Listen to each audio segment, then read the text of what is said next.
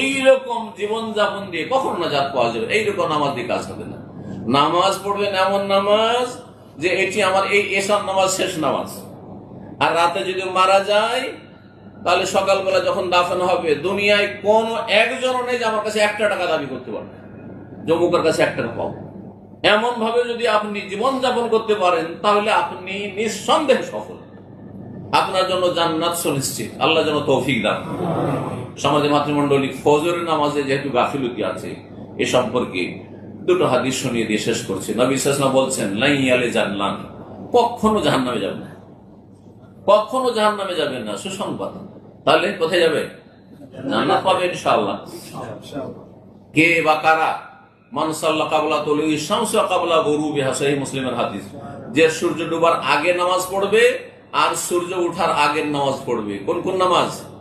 সূর্য ডোবার আগে কোন ওয়াক্ত হয়? আসরের নামাজের বেশি গুরুত্ব 5 ওয়াক্তের মধ্যে। আর সবচেয়ে বেশি গুরুত্বপূর্ণ হচ্ছে, ভারী নামাজ হচ্ছে ফজরের নামাজ, সূর্য ওঠার আগে। এই 2 নামাজ যারা পড়তে পারবে যোহর ছাড়বে না, আর মাগরিবও ছাড়বে না, এশা ছাড়বে না। যারা এইসব কারখানাতে ওয়ার্কশপে কাজ করছেন, তারা মাগরিব ঠিকই পড়ছেন, এশা ঠিকই পড়ছেন। ইল্লা মাশাআল্লাহ এমনও খারাপ আছে যে মাগরিব এসব পড়া চারটা দিচ্ছে, রাস্তায় বসে আছে, এত হতভাগা। কিন্তু খুব কম লোকই আছে, বেশিরভাগ লোক দেখা যাবে যে মাগরিবের সাথে পড়ছে, জোহরটাও পড়ে নিল, কিন্তু পড়ে নাকি খেয়ে দিয়ে আসর পর্যন্ত বা আসর পরে একটু বিশ্রাম করবে, পড়লো না, থেকে গেল। আর হাটে বাজারে থাকলো সেখানেও ব্যস্ত থেকে গেল, পড়লো না গ্রামে গঞ্জে। আর ফজর ঘুমিয়ে থেকে গেল। যেই ব্যক্তি ফজর পড়বে আসর পড়ে সে কখনো জাহান্নামে যাবে না। নবী সাল্লাল্লাহু আলাইহি ওয়াসাল্লাম এই হাদিস। আর একটি হাদিস দিয়ে শেষ করছি। নবী সাল্লাল্লাহু আলাইহি ওয়াসাল্লাম বলেছেন, মান সাল্লাল বারদাইনি দাখালা জান্নাহ, যেই ব্যক্তি 2 ঠান্ডার সময়ের নামাজ পড়বে সে জান্নাতে যাবে। সুবহানাল্লাহ। ঠান্ডার সময় সারাদিন গরম ছিল, দুপুরবেলা গরম ছিল, আর তারপরে ঠান্ডা হয়ে আসছে মৌসুম, কখন? আসরের সময়। এই আসরের সময় যে নামাজ পড়বে, আর সারা রাত ঠান্ডা ছিল, তারপরে সকাল হতে যাচ্ছে, এখন সকালের সূর্য উঠে তারপরে গরম শুরু হবে। কোন নামাজ? ফজরের নামাজ। বারদাইন মানে হচ্ছে ফজর আর আসর।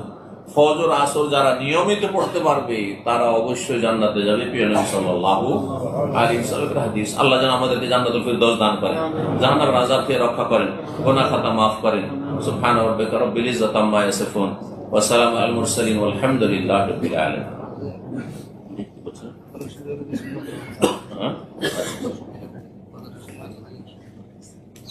আপনাদের মসজিদে ইমাম সাহেব বলছেন, আর এটা আমাদের ইন্ডিয়া, বাংলাদেশ, পাকিস্তানের রোগ, সেটা হচ্ছে এইদিকে আপনার ফরজ নামাজ শুরু হয়ে গেছে, বিশেষ করে ফজরের নামাজ। আর দেখা যাচ্ছে যে এই 3 দেশের লোকই বেশি এই ভুলটা করে। আসার পরে ওই আড়ে বা এদিক সেদিকে সুন্নাত শুরু করে দিল। এই নামাজ তো হবেই না রে ভাই। হাদিসে আছে এই নামাজ একামত হওয়ার পরে কোন নামাজ যদি শুরু করেন, অথবা নামাজটা শুরু করেছেন মাত্র প্রথম রাকাতে আছেন আর চালিয়ে যাচ্ছেন, এদিকে প্রথম রাকাত চলেই গেল, রুকু শেষ হয়ে গেল, পিছিয়ে গেলেন আপনি, আপনার সুন্নত কবুলই হবে না। হাদিস শুনবেন না, হাদিস আমার না, কার হাদিস? রাসূলুল্লাহ সাল্লাল্লাহু আলাইহি ওয়াসাল্লাম। আর তার কথা না মানলে আপনি কোন তরিকাতে আপনি নামাজ পড়ছেন? আপনি কার তরিকাতে উঠবেন? আর কার তরিকে আপনাকে দাফন করা হবে? চিন্তা করুন তো দেখি, কার কথা কবরে জিজ্ঞাসা করে মন কেন নাকি? রাসূলুল্লাহ সাল্লাল্লাহু আলাইহি ওয়াসাল্লাম, ঠিক না? নবী সাল্লাল্লাহু আলাইহি ওয়াসাল্লাম বলছেন, ইযা উকিমাতিস সালাতু ফালা সালাতা ইল্লাল মাকতুবা, যখন একামত হয়ে যায় নামাজের তখন ফালা সালাতা, অন্য কোন নামাজ, লা মানে না, সালাতা মানে নামাজ নেই। আপনি এই নামাজ নেই যে নামাজ পড়ছেন, আপনি সুন্নাত পড়ছেন। ইল্লাল মাকতুবা মানে ফরিজা, ফরজ ছাড়া অন্য কোনো নামাজই নেই, ফরজ লাগে। কারণ ফরজ বাদ দিয়ে সুন্নাত পড়া এটি বিচ্ছিন্নতা। আর ইসলাম ঐক্যের শিক্ষা দিয়েছে নামাজের মাধ্যমে, রোজার মাধ্যমে, হজের মাধ্যমে, এক কিবলার মাধ্যমে, এক কোরআনের মাধ্যমে, এক আল্লাহর মাধ্যমে, এক রসুলের মাধ্যমে, এরকম বহু ইসলামের বিষয় রয়েছে। ইসলামে ঐক্যের তালিম দেওয়া হয়েছে যে মুসলিম জাতি হচ্ছে এক উম্মত, ইন্নাহা উম্মাতুকুম উম্মাতাও ওয়াহিদা।